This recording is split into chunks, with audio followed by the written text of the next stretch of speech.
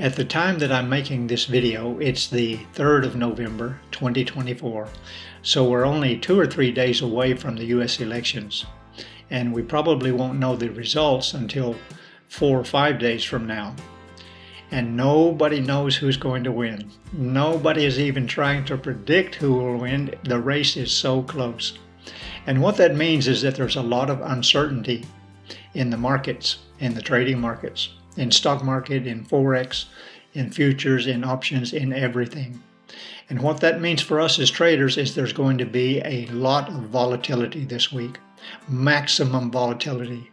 Things look like they're going up and then suddenly they're going down. Things look like they're going down and then suddenly they're going up. So you can avoid all of that maximum volatility by simply not trading this week.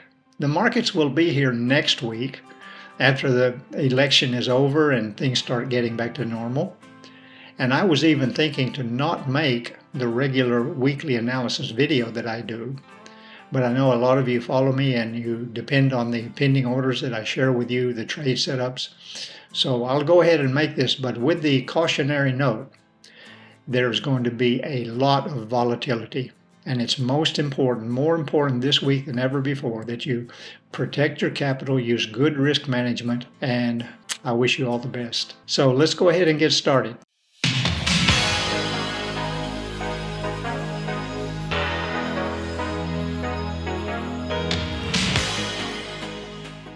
Yes, here is the regularly scheduled weekly analysis, and this week starting on the 4th of November 2024.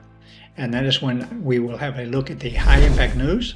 And there's a lot of news coming out over and above the US elections, but all of that takes secondary precedence to the US elections, of course. But we will look at our regular go-to website, forexfactory.com, for the high impact news. And then we'll look at the profit and loss that I had from last week's trades. And then, of course, I will share my pending orders, as I always do. That's the trade setups that I have in place for this upcoming week.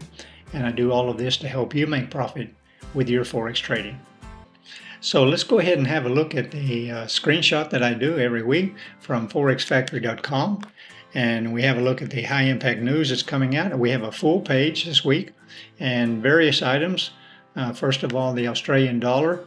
The Australian economy will release either lowering or raising the interest rate this week. And then, of course, on Thursday is the official bank rate from the pound, the GBP, whether they will lower or raise the interest rate. And then also in the US, the FOMC. And they're expected to lower the interest rate in the US by 25 basis points. But of course, the big one is on Tuesday, November the 5th, the US elections. And that is what's going to cause all the volatility all across the board in all markets for the next several days. So just check forexfactory.com for your local times and be aware of all of these high impact news items. So let's go ahead and have a look at the profit and loss that I had from last week's trade setups. And it was a good week, very profitable, especially with gold. But we'll have a look at gold as well as the currencies. And starting off with gold, it was a very profitable week with a win of 550 pips. As I gave you the buy limit, if you remember, the entry price was between 27.35 and 27.40, and on Monday gold came down to 27.35. It closed higher than that on the previous Friday, then came down, went just a little bit below that pending order, but then started to go immediately into profit in the same day on Monday. And then Tuesday was just an amazing day, and then Wednesday it continued up for a grand total of 550 pips. And then Thursday and Friday did a complete about face, came back down, and has hit that pending order again at 27.35. So I will have a pending order for this upcoming week to share with you in just a few minutes. But a very, very profitable trade on gold. Then let's have a look at the Euro US. And this one also was a winning trade. This one opened on Monday. It closed below the pending order, then did go up on Monday, hit the pending order, went a little bit the wrong direction, then come down on Tuesday to give us 34 pips profit on that one. The odd US did not even come up to the pending order, so that was no trade on the odd US. The New Zealand US, however, did turn out very good.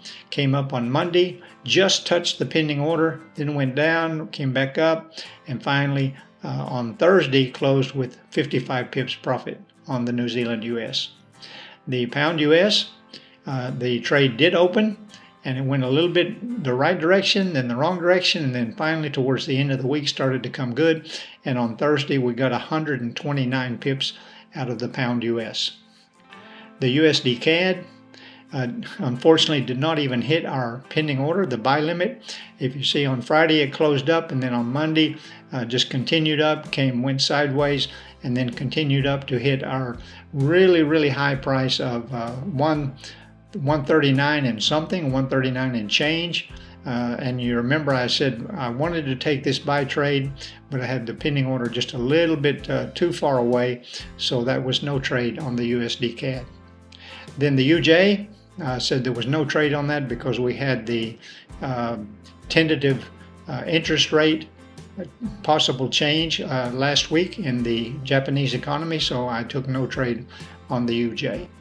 And just before I share my pending orders with you that I have for this upcoming week, let's have a look at the DXY, which is the US dollar index, and that's the US dollar compared with 6 major currencies. And you see we've been making a bullish run for a while, and then went sideways sort of during the week and started to come down a little bit towards the end of the week. And then we had the non-farm payrolls, remember, last Friday, and you got this huge doji candle, all right, with a big pin bar on it. That's what we call a long-legged doji, and that was because of the volatility of the non-farm payrolls, which comes out on the first Friday of every month. So just expect that you're going to see a lot of these kind of moves in this upcoming week with the U.S. elections.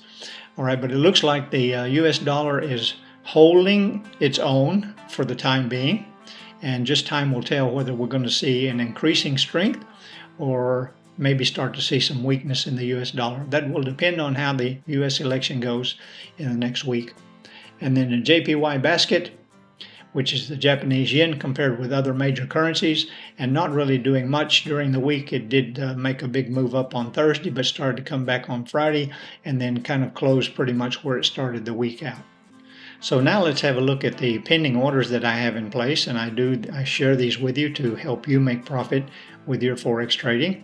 And of course, remember, as I always say, this is not financial advice.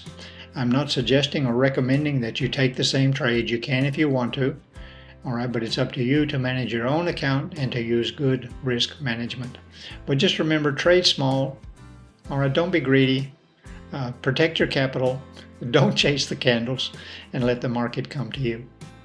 So let's see what we have for this upcoming week with my trade setups, the pending orders that I have in place.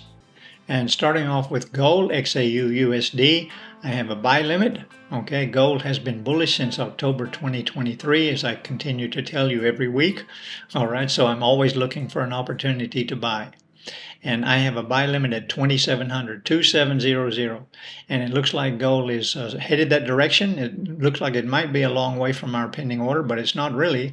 It's only $35 away right now. It closed at 27.35 last Friday.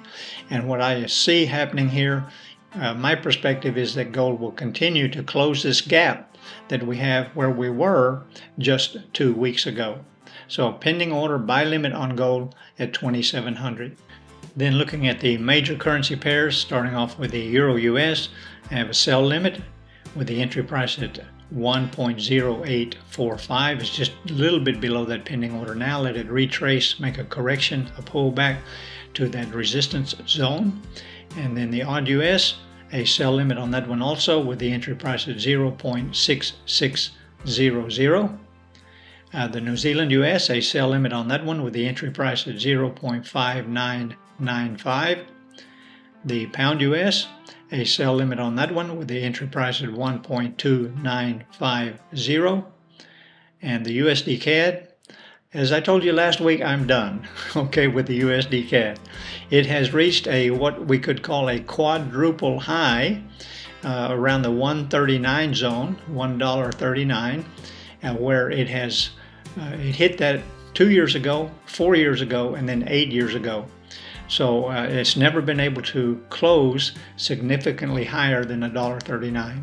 So I'm not taking any more buy trades on the USD CAD. Wait till this one consolidates, breaks structure, and we start to see some bearish moves on the USD CAD. The UJ, buy. Okay, at the market execution price of 152.924. That's where it closed on Friday. So when you wake up Monday morning, just buy the UJ. So that's a wrap for the weekly analysis for the first week of November 2024, and I hope that these trade setups that I share with you will help you to make profit with your Forex trading.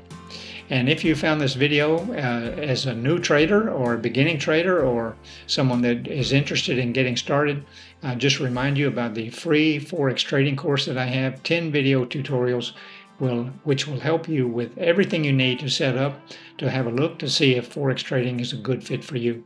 And the link for that is just below in the description, but you can go to my website, rickrayfx.com, and find all the information there.